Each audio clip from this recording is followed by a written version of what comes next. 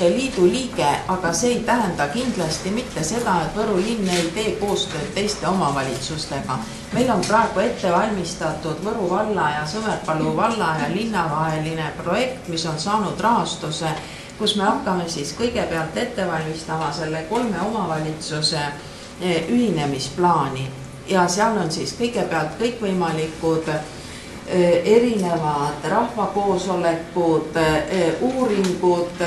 arengukavade ütlustamised ja me oleme selles projektis ette näinud, et kui see ühinemine ei ole võimalik, et vähemalt oleks võimalik selle 3 omavalitsuse vahel teenused niimoodi ära jagada, et me ei peaks dubleerima, sest tõesti näiteks linn ja vald on omavahel väga tihedalt põimunud. Meil on väga palju ühiseid asju, mida me teeme.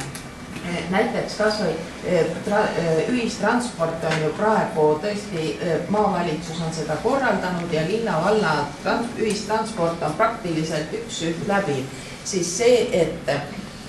kui rääkida sellest, kas üks kool maakonda või ei, siis minu arvates näiteks Parksepa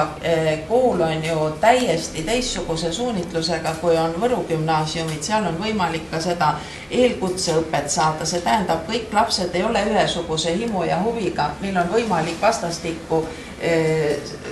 koole kasutada, valla omad, Võru linna omad, valda ja nii edasi. Meil praegu on käimas ühine projekt, kus me teeme